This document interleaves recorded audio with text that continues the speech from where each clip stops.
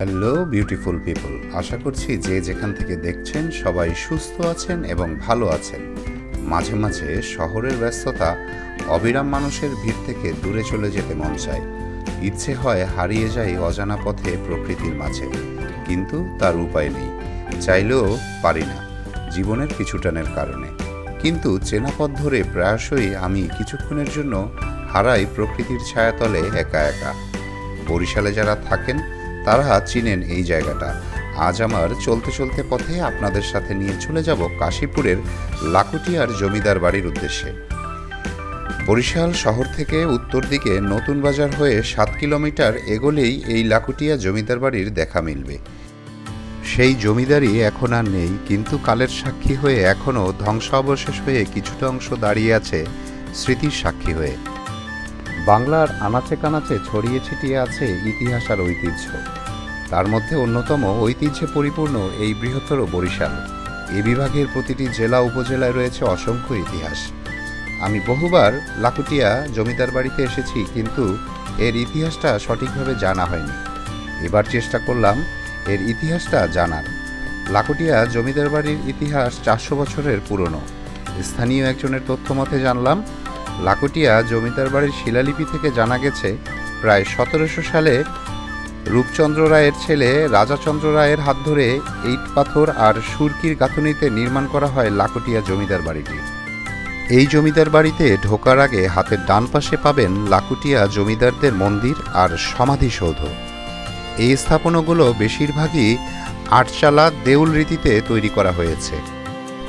ঘোষালচন্দ্র রায় লিখিত বাখেরগঞ্জের ইতিহাস গ্রন্থ থেকে জানা গেছে রূপচন্দ্র রায় ছিলেন এই জমিদার বংশের প্রতিষ্ঠাতা।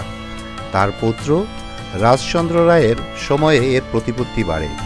তিনিই মূলত এই জমিদার বাড়িটি তৈরি করেছিলেন।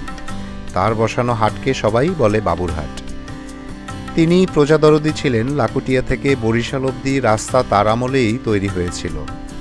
তিনি বেশ ঘটা করেই রাস উৎসব করতেন। তার দুই পুত্র রাখালচন্দ্র রায় ও প্যারিলাল রায় ব্রাহ্মধর্মের অনুসারী ছিলেন।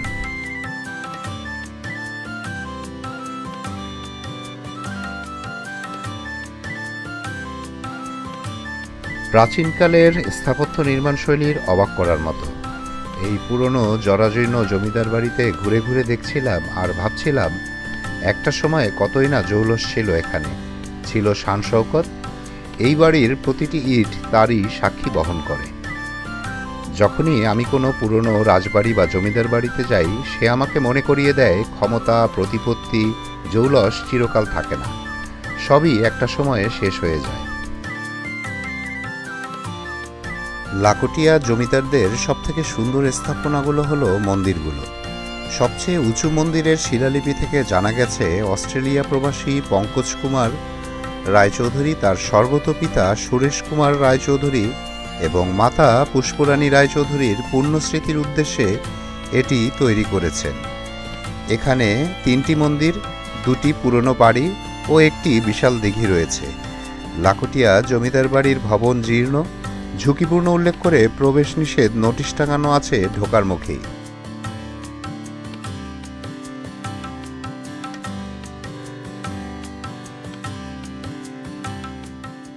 বর্তমানে লাকুটিয়া জমিদার বাড়ি বাংলাদেশ কৃষি উন্নয়ন কর্পোরেশনের তত্ত্বাবধানে আছে। জমিদার বাড়ির প্রায় ধ্বংসপ্রাপ্ত দ্বিতল প্রাসাদ ছাড়া লাকুটিয়া জমিদার বাড়ির অন্য সব স্থাপনার মধ্যে একাধিক ভবন নির্মাণ করা হয়েছে সরকার কর্তৃক। বর্তমানে এটি এখন সরকারি প্রপার্টি হিসেবেই গণ্য করা হচ্ছে। এখানে আসলে আপনি পাখিদের কলকাকলি শুনতে পাবেন।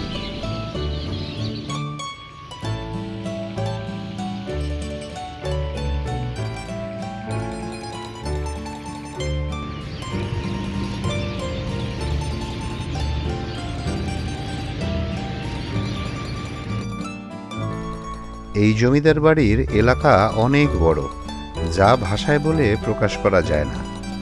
তা দেখতে হলে আপনাদের এখানে আসতে হবে। আমি এখন এই সুন্দর রাস্তাটি ধরে এগিয়ে যাচ্ছি জমিদার বাড়ির বিশাল দিঘিটির দিকে। এই দিঘিটিকে সবাই রানীর দিঘি বলে। প্রতি বছর একটি নির্দিষ্ট সময়ে এই দিঘির চারদিক আলোকিত করে ফোটে পদ্ম ফুল। যেমন বড় তেমন এর রং। পাতাগুলো ভীষণ বড় বড়। বরিশালের মধ্যে সবচেয়ে বেশি পদ্ম ফুল ফোটে এই দিঘিতে। যারা শৌখিন মৎস্য শিকারী আছেন তারাও এখানে আসেন মাঝে মাঝে মাছ ধরার জন্য।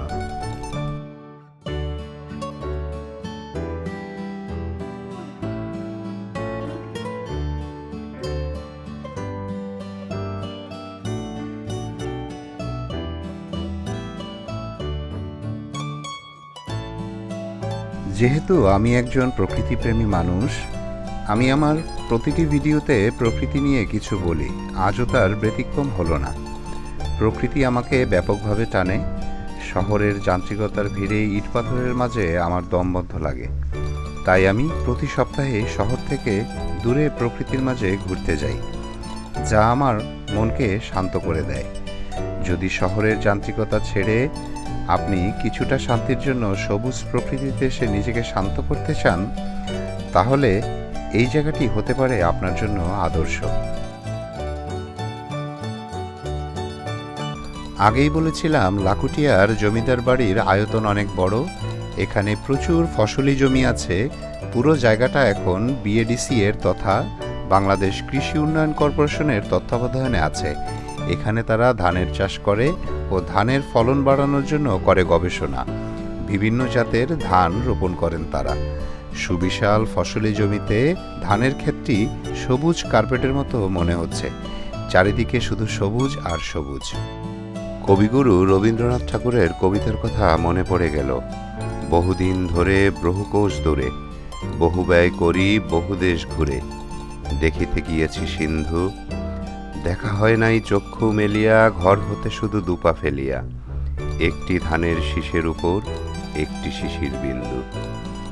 কিংবা মনে পড়ে যায় মোহাম্মদ রুমি জামানের সেই বিখ্যাত দেশাত্মবোধক গানটি, আমারও দেশেরও মাটিরও গন্ধে ভরে আছে সারা মন, শ্যামল কমল পরশ ছাড়া যে নেই কিছু প্রয়োজন।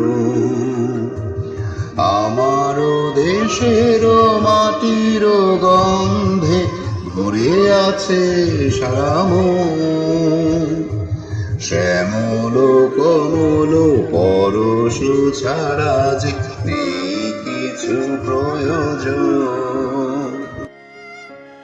যদিও আমি গানের লোক নই, গান গাইতে পারি না, তাও চেষ্টা করলাম দুটো লাইন গাওয়ার জন্য।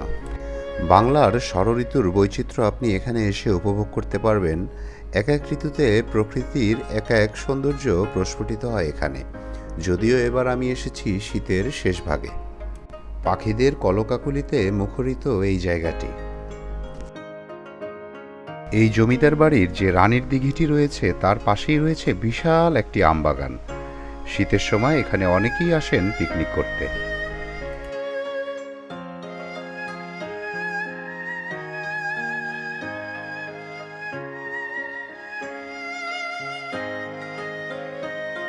বন্ধুরা, আজকে আমার চলতে চলতে পর্বের শেষ পর্যায়ে চলে এসেছি।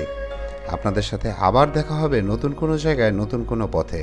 আমার ভিডিও আপনাদের কেমন লাগে তা অবশ্যই কমেন্ট বক্সে জানাবেন। আর যদি কোনো পরামর্শ থাকে সেটাও অবশ্যই জানাবেন। ততক্ষণ পর্যন্ত আপনারা ভালো থাকেন, সুস্থ থাকেন। আল্লাহ হাফেজ।